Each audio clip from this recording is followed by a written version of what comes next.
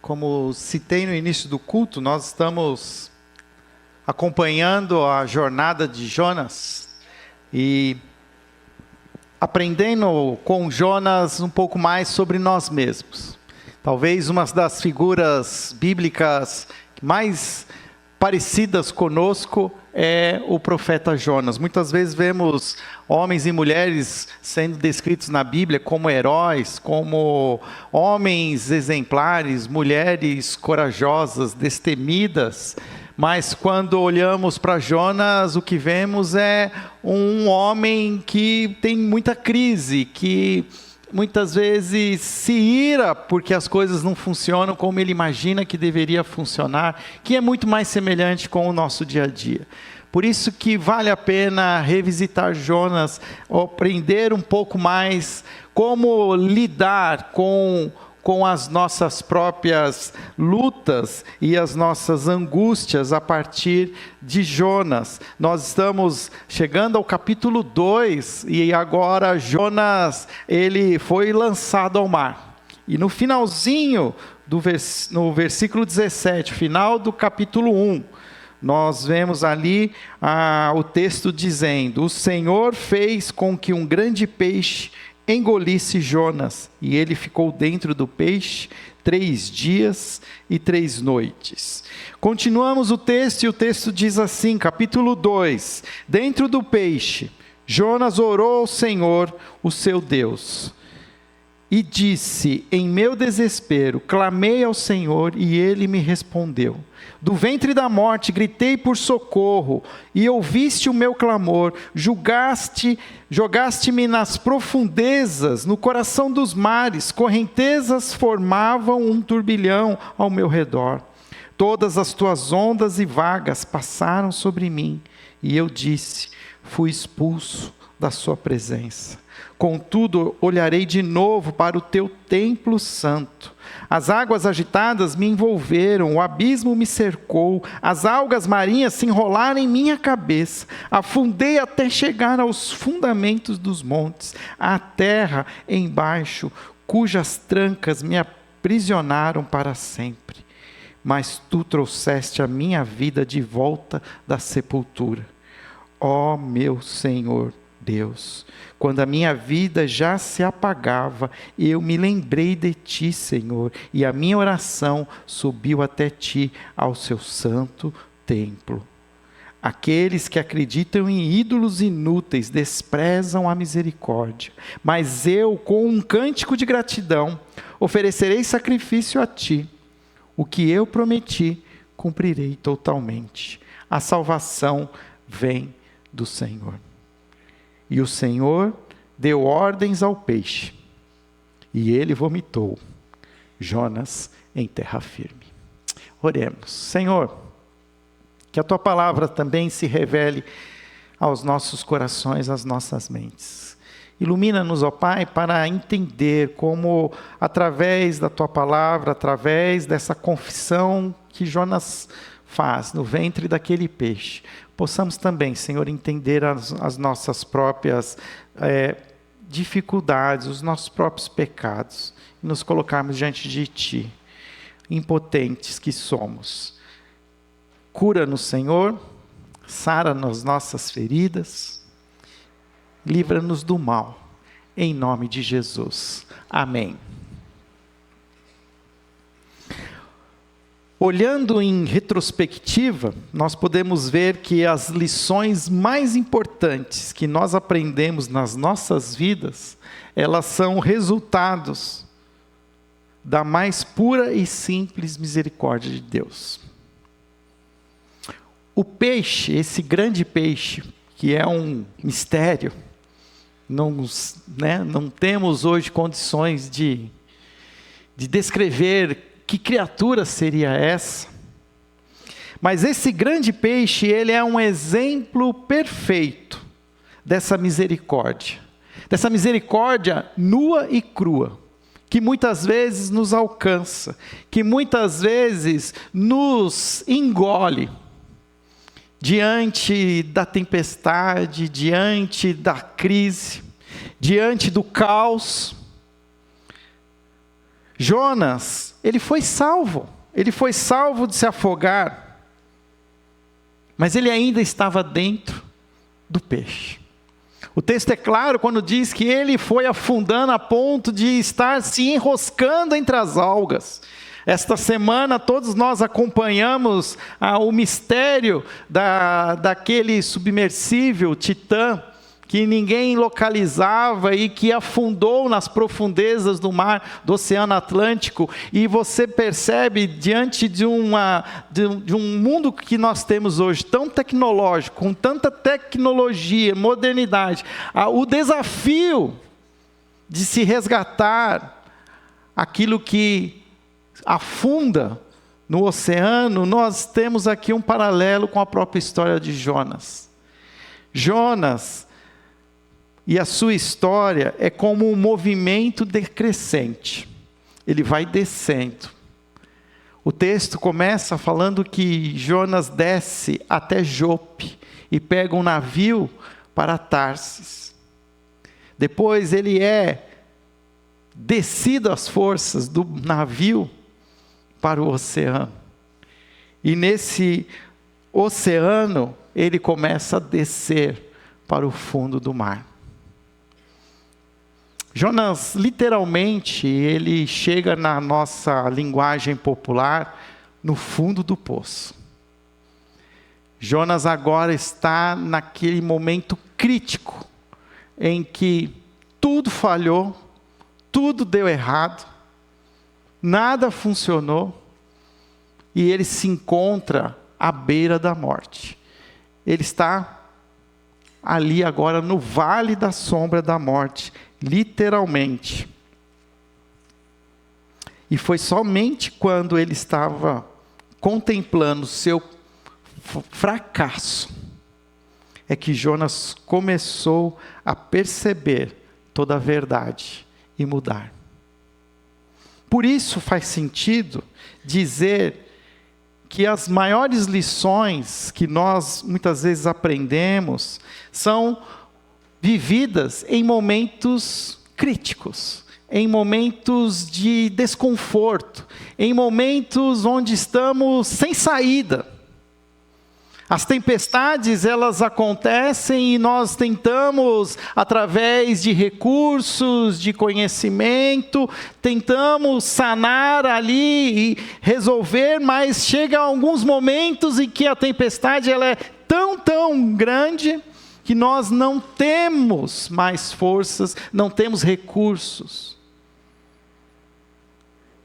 E nós então somos forçados a clamar. Jonas aqui, ele começa a orar, mas Jonas começa a orar dentro da barriga do peixe. Somente então, quando nós começamos a depender completamente de Deus, é que nós estamos prontos para sermos transformados. E às vezes a gente só percebe que Jesus é tudo o que a gente precisa quando nós só Jesus é o que nós temos. E isso faz parte da nossa humanidade. É no fundo do poço que nós aprendemos os maiores segredos sobre a vida.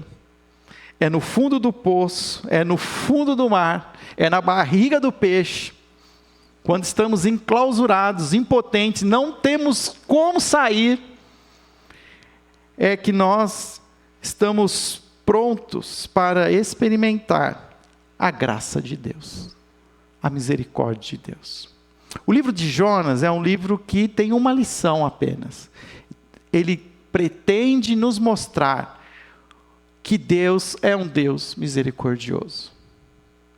E agora nós estamos vendo o momento em que Deus mostra a sua misericórdia para Jonas. O mesmo Jonas que não quer ver os ninivitas na sua frente, o mesmo Jonas que não estava nem aí para o destino dos marinheiros, mas esse Jonas agora se encontra de alguma maneira frente a frente ao seu Criador. Esse Jonas agora, ele começa a entender que ou ele lida com o Deus, ou Deus vai lidar com ele. E Deus tinha todos os argumentos para, com um estralar dos dedos assim, fazer Jonas virar pozinho. Mas Deus foi gracioso. Deus foi misericordioso.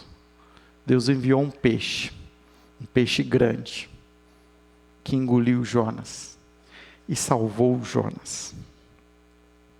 Mas como eu falei, Jonas foi salvo de se afogar, mas ele ainda continua preso dentro do peixe.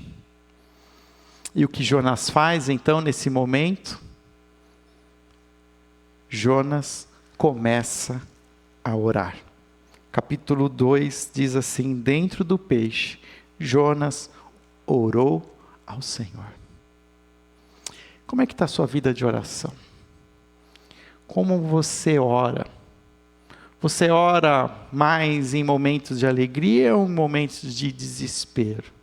Você consegue manter um diálogo com Deus? Ou você se lembra de Deus apenas quando as coisas começam a não funcionar como deveriam funcionar? Quando você se sente impotente? O fato é que muitas vezes, quando as coisas estão caminhando bem, quando tudo está funcionando, a gente tem naturalmente a tendência de esquecer aquele que é o autor da vida, a fonte do conhecimento do bem e do mal. Mas é começarmos a nos sentir desconfortáveis, é começar a sentir dor, é começar a perceber que aquilo que a gente faz não gera os resultados esperados. É que em crise, muitos de nós começamos a nos aplicar na oração. E Jonas aqui, gente, não tinha o que fazer. Ele não tinha um celular para tirar do bolso e abrir na Netflix e se anestesiar com uma nova série lançada aquela semana. Ele não tinha como entrar no Snapchat, no TikTok, e nem fazer uma selfie no ventre do peixe. Jonas não tinha nada. Ele só tinha Deus ali com ele. E Jonas precisava começar a orar. E é assim que muitos de nós começamos a orar, quando nós não temos mais nada. Jonas, em sua oração, é perceptível ver a sua luta, ver como ele tem essa falha de caráter de fugir da presença de Deus, de fugir e de duvidar da própria graça e a misericórdia de Deus. Na oração de Jonas, nós vemos o profeta lutando com 3 verdades sobre a graça de Deus e a sua misericórdia. E a primeira verdade a qual Jonas está sendo confrontado, e como Jonas foge, ele tenta não pensar nisso, mas agora no ventre do peixe, ele é obrigado. É ele perceber que a primeira verdade que ele precisa lidar é que nós somos pecadores, que nós somos falhos, que nós não conseguimos fazer aquilo que deveríamos fazer. A crise dos nossos dias é que nós somos ensinados que o nosso problema não é as nossas falhas de caráter. O nosso problema é que nós temos muita baixa autoestima, que nós precisaríamos ter mais orgulho de nós mesmos, que nós precisávamos reconhecer que nós somos assim e que doam-se os outros. Eu sou assim.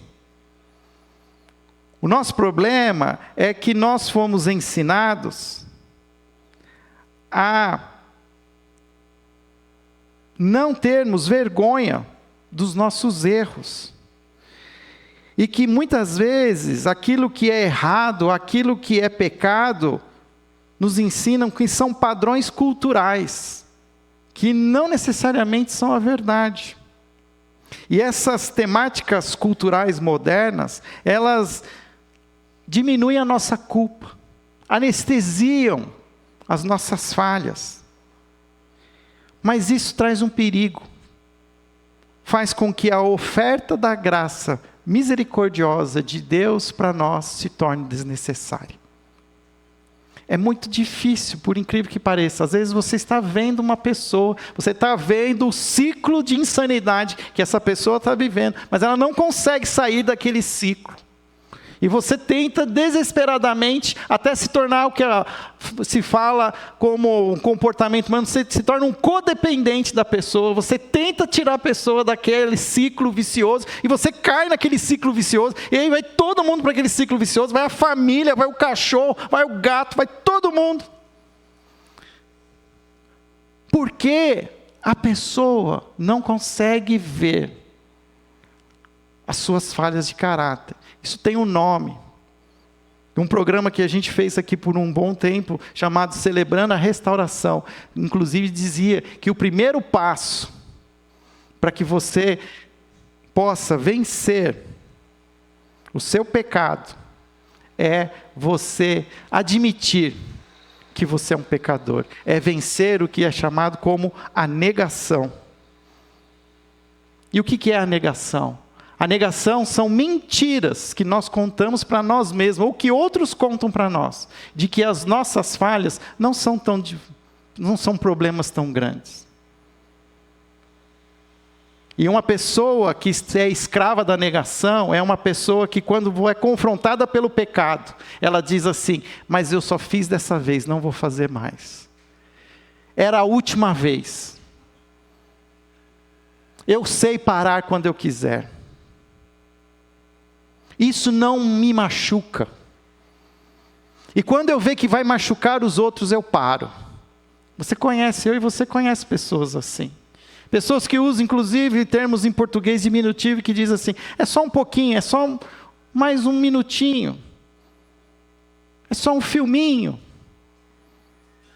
É só uma espiadinha.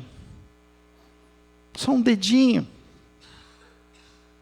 E o que Jonas está aqui sendo confrontado, a ponto dele entender que ele é pecador, e ele grita, do ventre da morte, no versículo 2 diz: gritei por socorro, e ouviste o meu clamor, jogaste-me nas profundezas jogaste-me nas profundezas, no coração dos mares. Eu entendi a minha condição. Eu não tenho saída. E até que alguém não caia. Às vezes a gente vê a pessoa sofrendo e a gente quer amenizar o sofrimento. Mas o entender é que às vezes é melhor que ela tenha uma crise, que ela tem que esperar ela se render, estar no fundo do poço, a ponto de que ela consiga então ser quebrada, ela dizer assim: eu não consigo sair daqui, eu preciso de ajuda. É o que Jonas está dizendo. Eu tentei fugir. Me esforcei, paguei até com o dinheiro que eu tinha, para ir para mais longe possível. Longe de Deus. E a ironia, se é que a gente pode dizer assim, é que agora ele está clamando por esse Deus que ele tentou fugir. Porque a única esperança dele é que Deus faça alguma coisa. Se a primeira verdade é que Jonas começa a entender a sua própria situação pecadora, e aqui só para dar mais um argumento, nós podemos ver como o apóstolo Paulo, ele reconhece a pessoa que ele é, em Romanos 7, 18, 19, ele começa a dizer assim: sei que nada de bom habita em mim, o bem que eu quero fazer, esse eu não faço, mas o mal que eu não quero fazer, esse eu continuo fazendo, miserável homem que sou. E quem está falando isso? O apóstolo Paulo. Percebe que então que é uma pessoa que ela consegue ter uma consciência de quem de fato ela é. Que apesar de todos os seus feitos e o bom testemunho, sua boa fama, o que ele diz é: miserável homem que sou. Porque somente quando a gente reconhece o nosso estado de miséria que nós estamos prontos para experimentar da graça de Deus.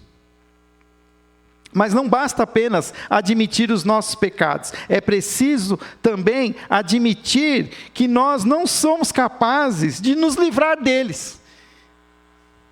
E aí vem o que os especialistas chamam, os comentaristas, de impotência espiritual.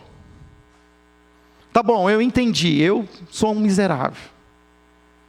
Mas a gente precisa entender que você não tem força, que você não pode, que mesmo que você queira, você não consegue. Porque até que a gente não aceite essa impotência espiritual, nós também, na nossa cultura, nós somos motivados a buscar aquilo que é chamado de tecnologia da moralidade, que é o trabalho duro, a observância religiosa, obstinada, para que a gente repare os nossos relacionamentos com Deus, e até para nós nos colocarmos numa posição merecida diante de Deus. É como se a gente buscasse assim, tá bom, então eu vou ser a pessoa mais certinha do mundo, eu vou resolver todo o meu problema, não vou fazer mais nada, eu vou ser o cara mais santo do mundo. E aí Deus vai ter misericórdia de mim, porque vai ver que eu tenho vontade, eu tenho força de vontade. Mas isso é um equívoco, porque de alguma maneira você ainda continua dizendo assim, que você consegue, que você pode. E a gente cai muitas vezes nessa armadilha, quando na verdade nós não podemos nos consertar. Nós não conseguimos, através do nosso próprio esforço moral, mudar quem nós somos, transformar comportamentos. Se quisermos entender a graça de Deus de maneira transformadora, nós precisamos compreender o alto custo que isso envolve da parte de Deus. Jonas, ele está entendendo isso. Ele começa a ver, ele já não nega mais a sua situação. Ele já se vê sem saída, ele entende a sua impotência. O verso 6 diz: afundei até chegar aos fundamentos dos montes, à terra, embaixo, cujas trancas me aprisionaram para sempre. Eu não sei sair daqui, eu não consigo, eu não posso, eu me rendo, eu sou impotente. E aí nós vemos essa terceira lição, que é entender que se eu não posso, Deus pode. Mas o poder de Deus custou caro, custou muito caro. Olha o que Jonas diz 2 vezes, ele diz assim, no versículo 7, quando a minha vida já se apagava, eu me lembrei de ti, Senhor, e a minha oração subiu a ti, ao seu santo templo. No versículo 4, ele também tinha dito a mesma coisa. Eu disse, fui expulso da sua presença, contudo olharei de novo para o teu santo templo. Por 2 vezes na sua oração ele fala santo templo. O que é isso para a cabeça do profeta, para a cabeça daquele que vive antes de nós, vive o Velho Testamento? O que tem no santo templo? O templo em Jerusalém era a habitação da presença de Deus. O Shekinah ficava dentro ali do Santo dos Santos. O Santo dos Santos era uma câmara fechada, exclusiva, onde só se entrava uma vez por ano, e era o sumo sacerdote, depois de ter feito todo um protocolo de purificação. Era tão crítico a entrada nesse Santo dos Santos, que o sacerdote ele entrava amarrado por cordas e sinos, porque se lá ele caísse, fosse de alguma maneira morto por Deus, porque ele não estava em santidade perfeita, não dava para como resgatá-lo, tinha que ser puxado por cordas. E Jonas está lembrando, está trazendo essa imagem de que o sacerdote, o sumo sacerdote, entrava com o sangue do cordeiro, e ele aspergia o propiciatório, que era uma parte de ouro que havia sobre a Arca da Aliança. A Arca da Aliança, que era como um baú, dentro dele existia o quê? O maná, mas tinha uma outra coisa que ficava guardada na arca: as tábuas da lei, escritas por Deus na época de Moisés. E olha como a gente precisa resgatar o significado de todas essas coisas. Por que se aspergia sangue no propiciatório? O nome já está dando a dica, mas esse propiciatório que ficava acima das tábuas da lei, porque aquela lei, aquelas tábuas refletiam o caráter de Deus, quem é Deus e o que Deus espera dos seus filhos. E o fato é que quando você vê aqueles 10 mandamentos, não tem um humano que consegue cumprir aqueles 10 mandamentos.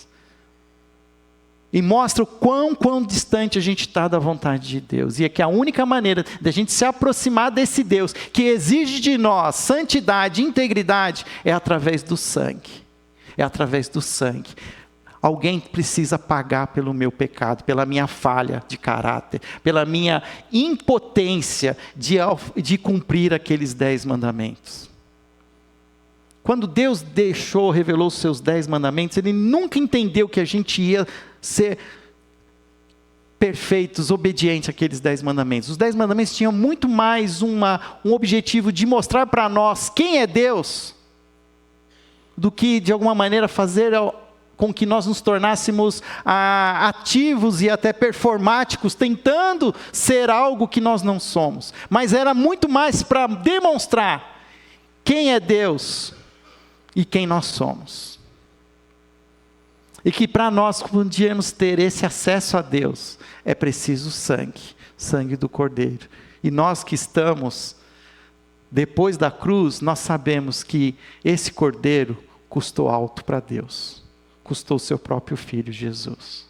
Jonas, no ventre da barriga do peixe, ele lembra dos sacrifícios, que são a maneira como você consegue se aproximar diante de Deus. Ele evoca esses sacrifícios. E ele diz assim: quando eu sair daqui, eu prometo que eu vou cumprir com os meus votos.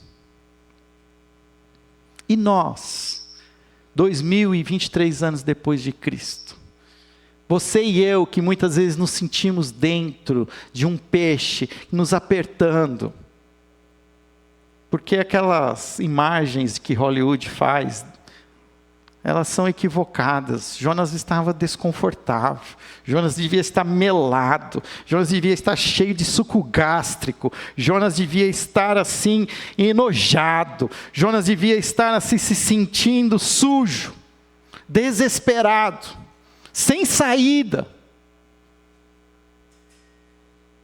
E quando nós nos sentimos dessa mesma maneira, sujos, desesperados, sem saída, é que nós estamos prontos para olhar para a graça de Deus, olhar para a cruz. Dizer assim: nunca foi você. Você não pode. Você percebe que o mais que você tente, você consegue ir mais fundo. Então, porque não é você, sou eu. Eu posso. Eu entreguei o meu filho, Jesus, o Cordeiro perfeito. Ele morreu por você. Ele derramou o sangue do próprio Deus, sangue que permite que aquele Santo dos Santos tivesse o seu véu rasgado e nos desse agora livre acesso a Shekinah, a presença de Deus, porque sobre nós foi derramado o sangue de Cristo. E nós temos esse livre acesso a Deus. Porque 2023 anos depois a gente continua insistindo em fugir disso, em tentar resolver as coisas com as nossas próprias forças, achar que às vezes Deus não sabe o que Ele está fazendo com a nossa vida, achar que nós podemos lidar com as nossas próprias falhas de caráter, os nossos defeitos, quando na verdade o que Deus quer é a nossa amizade, a nossa reconciliação com Ele. Como o filho pródigo voltou e diz: Pai, pequei contra ti somente pequei.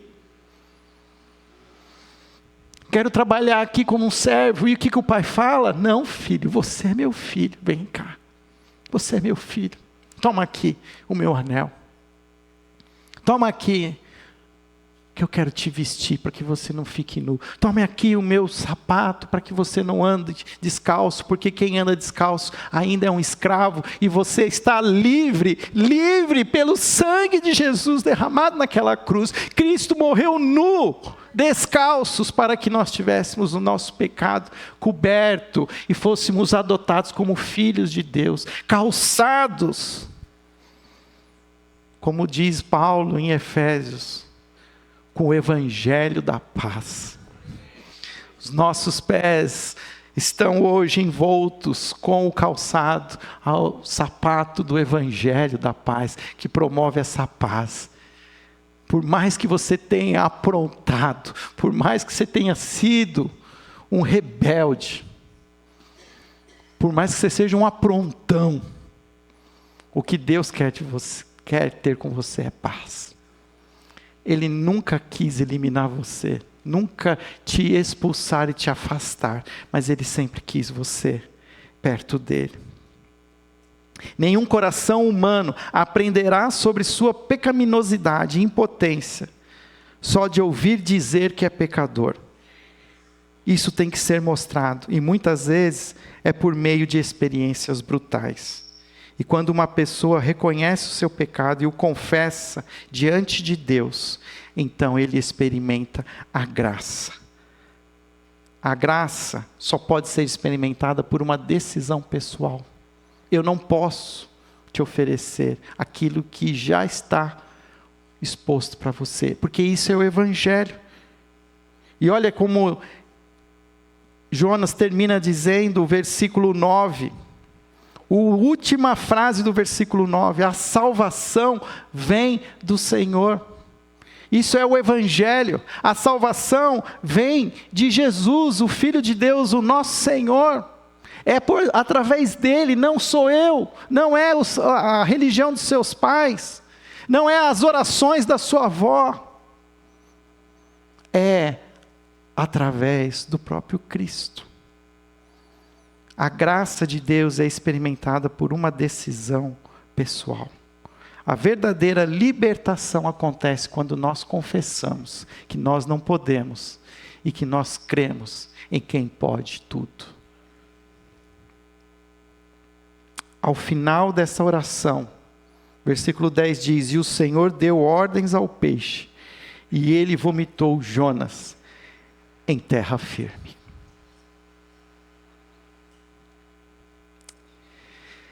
Queridos, eu não sei qual é a realidade que você tem vivido, eu não sei a luta, mas todos nós lutamos muitas vezes contra o próprio Deus, contra as nossas próprias fraquezas, nossos desejos, as nossas vontades.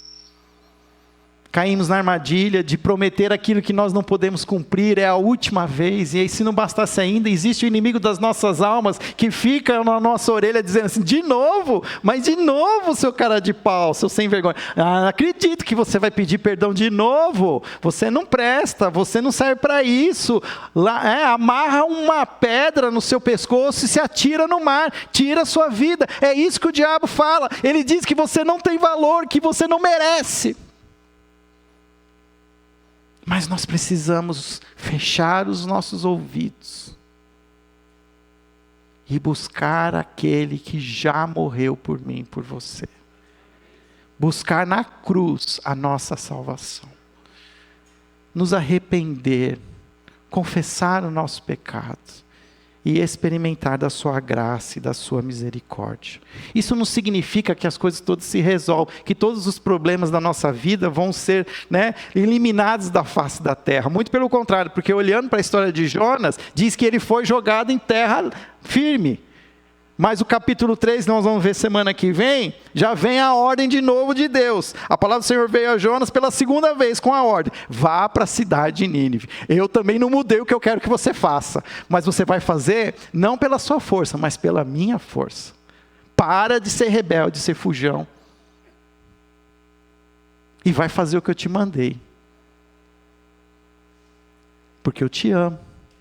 E eu não vou deixar que nada aconteça com você, se não seja o que eu permita. porque os meus planos são planos de paz e não de mal. Planos de nos dar o shalom e para nos conceder aquilo que nós precisamos para viver um dia de cada vez. Os problemas vão continuar, as frustrações, e não necessariamente a vida funciona como nós queríamos que ela funcionasse. Mas eu posso experimentar todo dia da misericórdia do Senhor. Eu posso experimentar todo dia da graça de Deus. Quem acorda cedo tem o privilégio de ver Deus resetando o dia.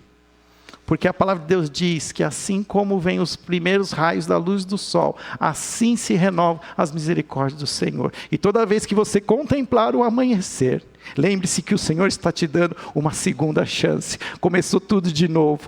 O ontem já passou, mas hoje você tem uma nova oportunidade. 100% da minha graça está disponível para você. Você não vai viver aquilo que sobrou, porque eu sou um Deus de abundância. Eu sou um Deus de esperança e de misericórdia eterna. Por isso, não vamos desanimar, queridos. Mesmo que nós tenhamos que ir para Nínive, mesmo que sejamos forçados a fazer às vezes coisas que nós não queremos, mas nós vamos nos submeter ao Senhor e confiar na sua graça e na sua misericórdia. Cuidado para nós não cairmos nessas armadilhas morais que acham que se eu fizer alguma coisa aqui, Deus vai me conceder um benefício. O benefício já foi concedido. Jesus já morreu na cruz. O que mais você precisa? O que mais nós precisamos? Senhor, obrigado pela maneira preciosa como o Senhor fala aos nossos corações, como podemos ver, ó Pai, a Tua palavra se tornando viva, se tornando, ó Pai, clara aos nossos corações. Ajuda-nos, Senhor, a discernir o caos que vivemos, e se estamos fugindo de Ti, ó Pai, salva-nos. Mesmo que seja, Pai, para ficar dentro do ventre de um peixe, mas que seja, Senhor, um instrumento para nos confrontar, nos quebrantar, e que o Senhor nos faça de novo. Nos faça de novo, ó Pai. Ajuda-me a enxergar aquilo que eu não estou enxergando. Talvez, ó Pai, a rotina e os desafios do dia a dia não permitem que eu veja o Teu amor e a Tua graça. E se preciso for, Pai, tira de mim aquilo que hoje me machuca, aquilo que hoje me faz perder o equilíbrio. Mas não porque, Senhor, eu posso, mas porque Jesus é o meu Senhor, Jesus é o meu Salvador. Quero confiar em Jesus, hoje, amanhã e sempre, em nome de Jesus. Amém.